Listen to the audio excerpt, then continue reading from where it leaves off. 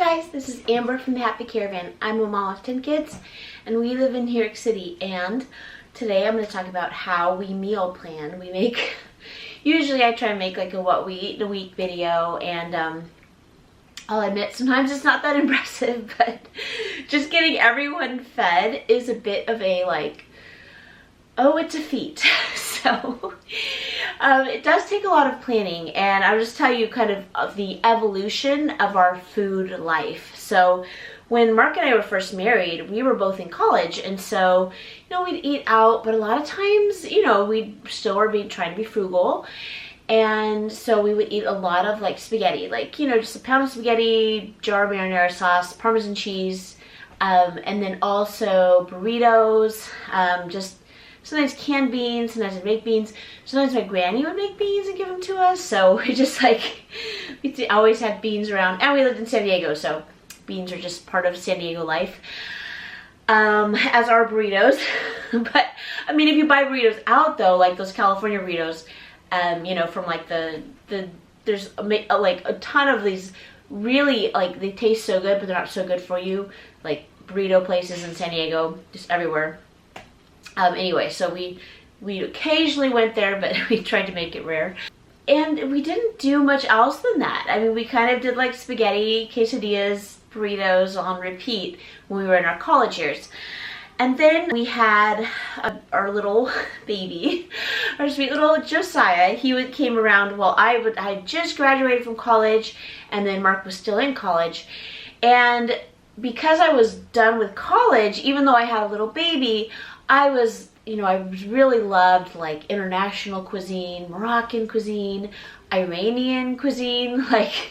We tried a little bit of everything. We tried some Jewish recipes. So just a lot of really weird, not what you normally would eat food. And what's great is the part of San Diego we lived in was close to this area where you could find really interesting food. So there was this place called Near East Foods, and they had just the weirdest stuff. It was like going into another country, going into this shop. And so we found all these weird ingredients that you normally couldn't find anywhere else, things in Europe. I think they're easy to find, fava beans, but they're so hard to find in America, unfortunately. So just weird stuff like that, the kind of cucumbers, Persian cucumbers. They had herbs, so many bulk herbs, because a lot of times we made this Iranian soup, and I think it had cilantro in it, and it was just a ton of cilantro. Trying to get, now if you see our little Trader Joe's hauls, it's this little bit of cilantro in a little baggie. No, big cilantro. They sold big cilantro. So we branched out and we got exciting there. And then as more kids started coming, I was less creative as far as trying food from all over the world. And I started making more just practical food, stuff that the little kids would eat. So around this time, a friend of mine's, her uncle was making this lentil soup, and this has been a staple. This is one of our first videos that we ever made, was how to make our lentil soup. It is just really simple. It's a cup and a half. In fact, we're making it tonight. Cup and a half of lentils, chicken broth, carrots, celery, onion. After that cooks a little bit of thyme, and while you're sauteing the vegetables, there's olive oil. We also put butter in there, and just one potato kind of gives it some girth. And then we added bread, salad, and the kids, that is such a great little baby meal, because you have this little kid that's barely learning how to chew. Lentils, soft carrots. It's got all the kind of the food groups in there. It's got the protein, but it's inexpensive. So that was one of our on repeat meals. But I was able to, until about our 5th kid, I was able to wing it at the grocery store. By winging it, I mean, I'd kind of I didn't really have a plan of what we were going to make that week. I just kind of was maybe we'll do some burritos. Maybe we'll do some chilaquile, San Diego girl. Maybe we'll do spaghetti. I always have spaghetti sauce. Maybe we'll do hamburgers. Maybe we'll do chicken nuggets from Costco, or we just kind of winged it. And I was able to do that, and never, you know, we never missed a meal. And I also, like, for lunch, I went on this, like, I'm sometimes a little bit neurotic. I've gotten off that kick recently, but I'm no longer neurotic. But every day I would have, they don't even sell them in this New York City Costco, but just like one of those round chicken patties, brown rice, and spinach. I ate that every single day for lunch for years. And the kids ate it too. I would, of course, they didn't eat a whole chicken patty. I would just, like, you know, cut it in a quarter and stick them in a, you know, little bowl for them. And, you know, that was kind of like how we rolled. Like, whatever I was eating, they were eating too. And they liked it, you know. There's no complaints. And I got them very early to eat spinach en masse, which is great. I was always, like, frozen spinach just so it was, like, ready, you know. And I would make, like, a pot of rice. So funny, like, times have changed. I'd make a pot of rice, and that same pot of rice would last, like, the week, you know. I could just, you know, like, I would make it one day, and then, like, all throughout the week, I'd have my little pot of rice, and I'd, you know, obviously put it in the fridge in a baggie, but, so, that was just, those were the easy days. And then dinner was, like, you know, I said, just kind of, I winged it, you know, whatever. I kind of felt like as I was roaming through the grocery aisles. After our 5th kid, I had to be more intentional about food. You know, there weren't necessarily leftovers. You know, there wasn't just this kind of like, oh, what do I feel like making tonight? And that was Noah. So after Noah was born, I had to, like, kind of think. The other thing was that I read a book called Large Family Management. I think I still have it. I got it from a website called the Vision Forum, which no longer is. Unfortunately, a lot of these, like, really conservative, like, Christian websites, like, people, like, cheating and all this stuff, and then, like, all of a sudden it's like the facade is kind of removed, and, you know, unfortunately, that's how it goes sometimes. But anyway, it was from the Vision Forum, and it was called Large Family Management. You could probably still buy it on, like, Amazon or something, I hope.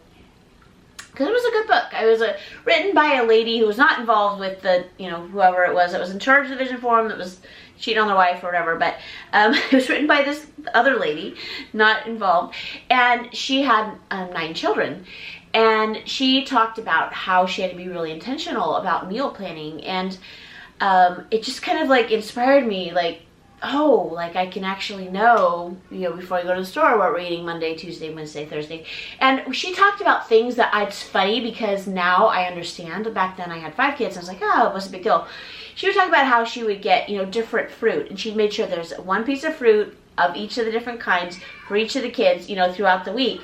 And that's really the way it is, because I'm like, I can't just buy, like, a box of pears because there's not, you know, going to be, like, you know, 10, 12 pears in there. I have to buy enough so to make sure that there's enough to last the week for all little kids.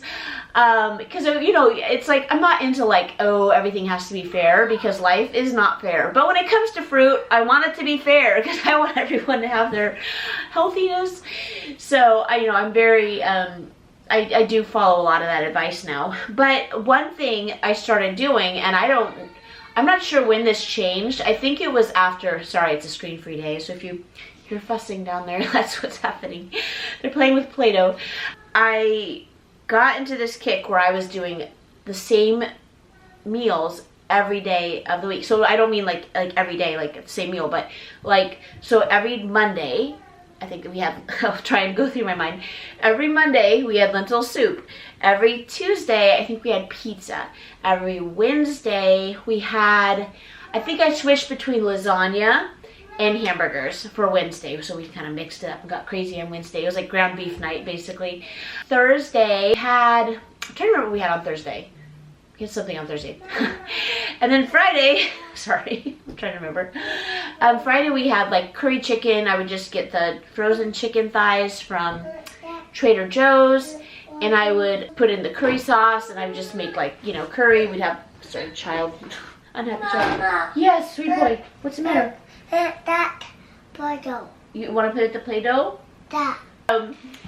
So anyway, so it was a matter of just, you know, every week we had the same thing. Kind of boring, but predictable. Honestly, the meal shopping was a lot easier. Then I got pregnant with Moses, and for some reason eating the same thing every week, it just started driving me crazy.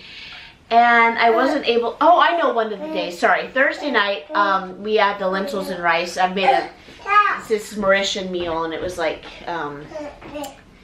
what did it have? It's a basmati rice and bacon, and it's good. I mean, it's good, simple food that fills you up so much. Saturday and Sunday were wing it days. I think we had like bean burritos. Anyway, so it was boring. Baba. Mama's bed. Yeah, Mama got you, Baba.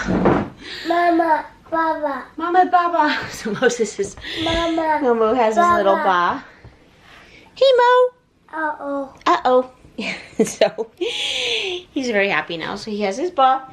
Toddler mom issues.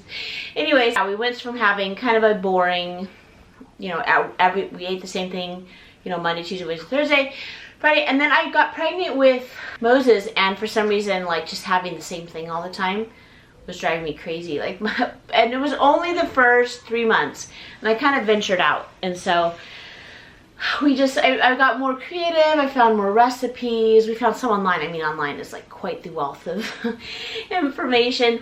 And what's amazing is the kids really didn't mind the kind of Monday, Tuesday, Wednesday, Thursday, sameness. But now that I've started branching out with Moses when I got pregnant with him, and then I really branched out now that I'm pregnant with this baby. Because I got really tired of the same thing, even though the kids were kind of chill with it. So, but it's not like they don't like the variety, but it's a welcome change. But Mama, it's not like they like need it. Mama, Yeah, Mommy. What, baby? Mama. Enter now.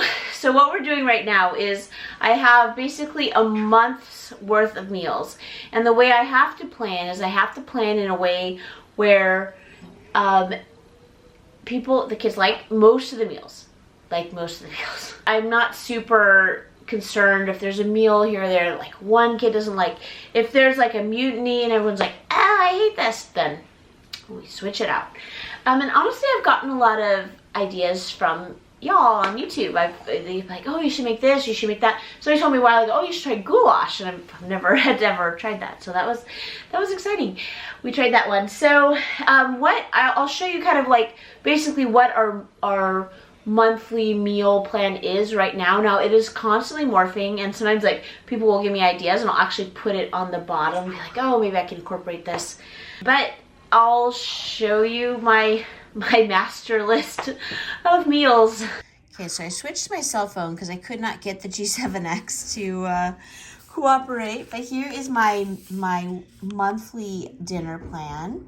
So like on Monday, I kind of switch it up. Now, of course, I also have a fifth Tuesday, fifth Wednesday, because there's that occasionally fifth day that just like throws you over the edge.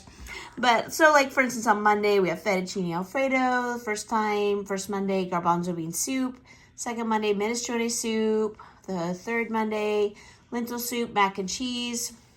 Tuesday the options are quiche, pizza, hamburgers, lamb kebabs, and Indian meal, which if you've watched my What We Eat in a Week videos, there's a lot of these, you'll see these.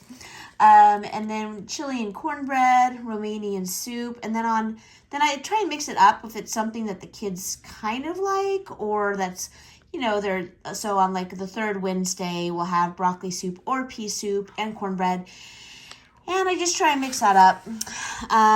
The fourth Wednesday, we have goulash or corn chowder. The corn chowder is super yummy, but it's almost like a dessert because it's just so sweet. So I try not to overdo that one. And then I've never actually made this because I don't know if I just haven't gotten around to a fifth Wednesday, but hamburger stroganoff, which I haven't made yet, or tuna noodle casserole. We have a recipe that we like. It's a little bit light, like it's supposed to be a diet version, so I just add more cheese to make it more rich, I guess. So the first Thursday we have lasagna and salad, second Thursday lamb korma, third Thursday tacos, fourth Thursday deconstructed pepper casserole, and the fifth Thursday lentils and rice. And sometimes I mix this up, if I'm like, I don't really want to do this week, I'll just be like, oh, we'll do lentils and rice this week, or I'll switch it up. And then on Friday, we have salmon with beets, orzo, and arugula, orzo pasta. It's just this kind of like small wheat pasta. Then the second Friday, we have barbecue chicken with rainbow pasta and green beans. The kids want rainbow pasta because that's what Granny always used to make. Sweet and sour chicken is the third Friday, and Tuesday chicken is the fourth Friday, and we have this Jamie Oliver curry with basmati rice. And sometimes I mix it up because sometimes we actually have lamb kebabs sometimes we have sweet and sour, kind of like a marinated kebab, kind of close to this day, and I don't want to like have too much of the same thing, so sometimes I switch it up, but sometimes not. Like this week I didn't end up switching it up. Saturday, okay, this is what I used to make on Saturday. I used to make chicken legs and squash with sweet potatoes, corn, quinoa. I just had like different things to do with chicken legs, but things have gotten crazy recently, so we just had bean burritos on Saturday night because Juilliard pre-college started, and it's just a crazy day. And then Sunday, this is, we're trying. Yes, Mo, you finished? You look very comfy. Anyway, so Sunday we have broccoli and rice casserole, and then Mama. Okay, Mo's gonna go play with Play-Doh. I love you, Mo. Okay, he knows what he wants. Okay, so the first Sunday is broccoli and rice casserole. I found the best recipe ever for that, and I love it. It's a crock pot. Everything is crock pot because we try and go to church. I used to make coconut lentils, but now that I am pregnant, I cannot eat that. Whatever's in there, there's like tomato sauce. It's like the perfect combination for heartburn. So I am not eating this right now. Or a crock pot chicken quinoa casserole, which we made that recently. And even though it does have tomatoes in it too, for some reason it does not give me as much heartburn. So then the third Sunday we do zuppa toscana. It's just this recipe I found online. It's called a copycat zuppa toscana. I think it's inspired by the Olive Garden. The kids really like it. Then we have shish kebabs and rice on the fourth Sunday. And I haven't made this in a while, but banh mi bowls, basically inspired by a Vietnamese sandwich called banh mi. I think that's how you say it. I don't know. But I haven't made that in a while, so it's a pork. And then I was thinking about a crock pot pork roast, kind of switching that up for the fifth Sunday, but I have not encountered a fifth Sunday. That might happen this month. I'm not sure. And then here's some of the things I wanted to try. I was going to try spaghetti and meat sauce, spaghetti meatballs, pork chops Creole, which is something my mom used to make when I was a kid. I don't know how I would make that for a big family, but I'd like to. Hamburger stroganoff. These are my... So when you guys give me an idea, sometimes I stick it on the bottom. So that's dinner. Now what about lunch? My kids, if you've seen my grocery hauls, they don't like sandwiches. When I was a kid, I ate sandwiches every day. I went to public school and my mom, put the same sandwich too. Maybe this is how I was able to, for all those years, have the same thing every day because I was so used to it. It was oat nut bread with that like rectangular ham, a piece of Swiss cheese, and mustard on both sides of the bread. That was lunch every day. And then like one of those like individual Hostess cupcakes, not the double thing, the individual Hostess cupcakes, like an orange if they were in season, and an apple if they were in season, like just whatever the seasonal fruit was. Maybe a chips or something like that. I can't remember. It wasn't really that, it was just, but every day, kind of the same thing. Like sometimes I get a cupcake one week or a Twinkie one week, and those Nutty Buddies, I don't know if you remember those, but all the singular ones. So I mean, I was actually like not, I was a pretty lean kid, probably because it was just like, there wasn't a lot of variety there, or like, king size chips or anything. I remember though, always, if you've been to public school, you know what I'm talking about. The smell of the cafeteria lunchroom. That would bring back such nostalgia for me if I smelled it, because that just like, it just said you're on break, girl. And I just loved the smell, particularly not so much in high school, but during grade school, I loved the smell of the cafeteria at lunchtime. And I was always kind of jealous of the kids that got the school lunch, like, you know, those like gray hamburgers, the soggy tater tots, and, you know, kind of the soggy like pizza bread and thing. And, you know, just like there was like Monday, Tuesday, Wednesday, Thursday, you know, kind of a plan. I don't know what school lunches are like nowadays, but back in the 80s, I think ketchup was considered a vegetable, you know, type of thing. So, but I mean, my dad was in the military, so we were never like poor enough to get like reduced lunch, and because there's only me. But you know, like the cost of actually paying for lunch would have been like, that's too expensive, I'm just gonna make you a sandwich. And I think my mom knew inherently that that sandwich was probably healthier than whatever was going on in the cafeteria. So here is what we do for lunch. Because my kids are not into sandwiches, I used to do like everything, like same thing on Monday, same thing, like a different thing on Tuesday. And obviously early on in the game, I had the, you know, chicken patty or whatever, spinach and rice. But nowadays, alas, I'm trying to mix it up. So on Monday for lunch, on one of the Mondays, every other week I alternate it so it doesn't get too boring. We do tuna melts on Monday and then tuna sandwich this, you know, second Monday alternating. Just basically it's just tuna on an English muffin like sort of thing, and you put some cheese on top. It's pretty good. Not all the kids like it, but enough like it. And I try and get tuna into their bodies once a week just because it has some good nutrients and so forth. Tuesday, this is old. I don't do this anymore. And I also don't do this. So actually on Tuesday we go shopping. So actually what we do is we normally do dinner for lunch. So whatever we were supposed to have for dinner on Tuesday, we have at lunchtime because we're going shopping. And then at nighttime, if you watch our shopping hauls, the kids usually get food at the Costco food court.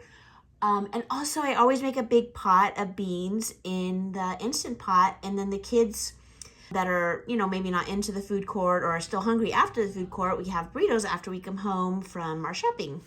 So that's Tuesday, updated Tuesday. Wednesday, I alternate still between, I guess I'm spelling this wrong. It's chilaquiles. It's actually, it's kind of inspired after a Mexican breakfast. It has eggs and tortillas. And I put bell peppers and cheese and tomatoes in there. The kids like it with some salsa. So that's chilaquiles, which is, I'm spelling it incorrectly there. And then pesto, we alternate between those two. And we have a ton of basil in the backyard. So this is our backyard. I don't know if you can see.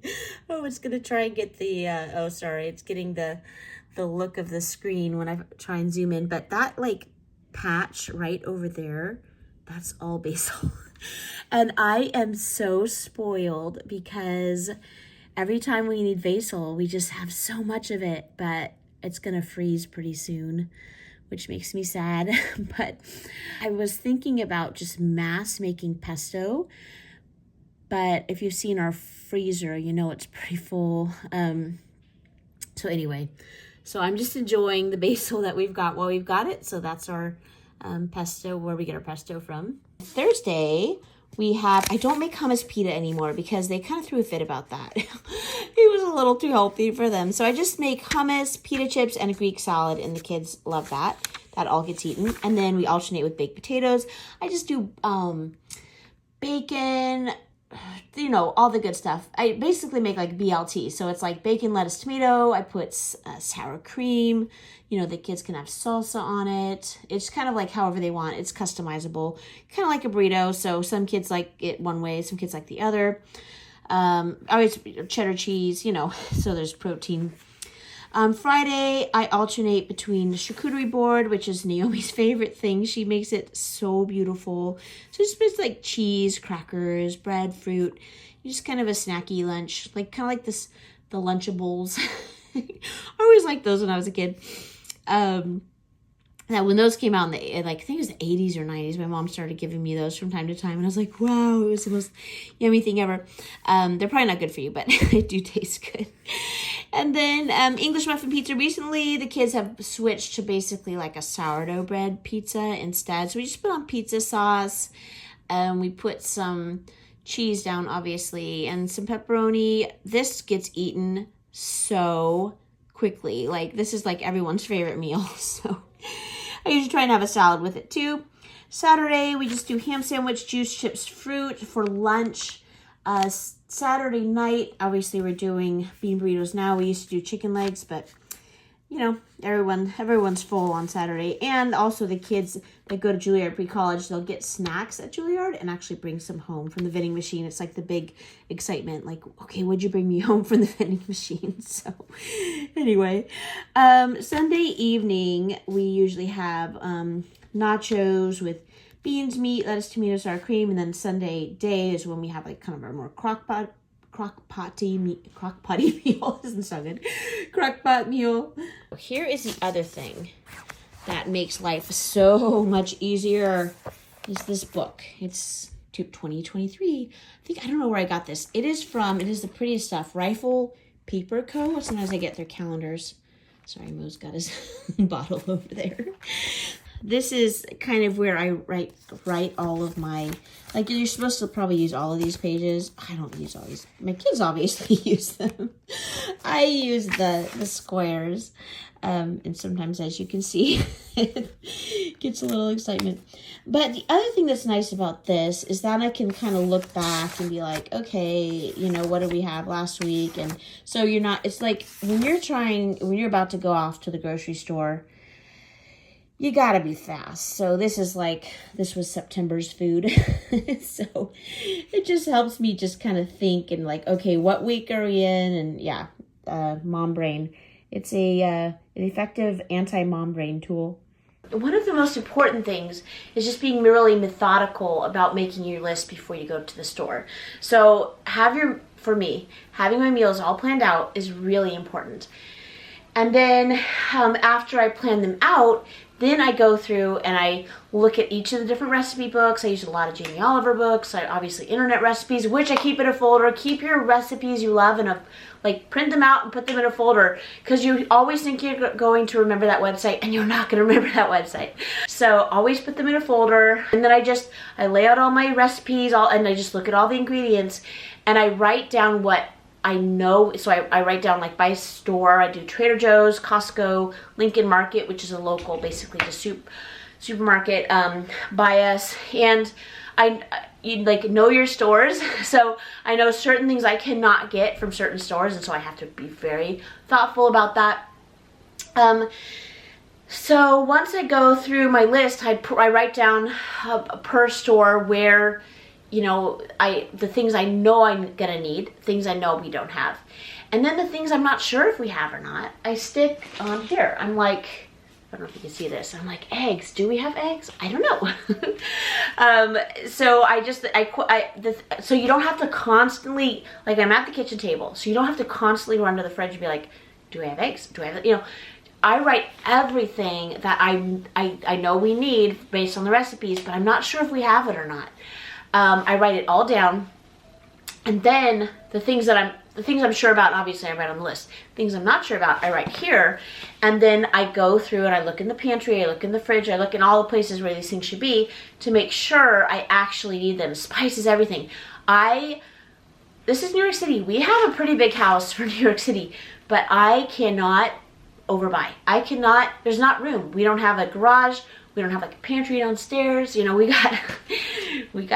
only got, and also as a homeschool mom, a lot of our, like, you know, what would be considered pantry space is filled with our books, you know. So I just have to be very intentional about not overbuying, making sure that I'm only buying what we actually need. And the list can take like 1 to 3 hours, depending on how foggy with pregnancy. I've had some foggy brain and it's been hard sometimes.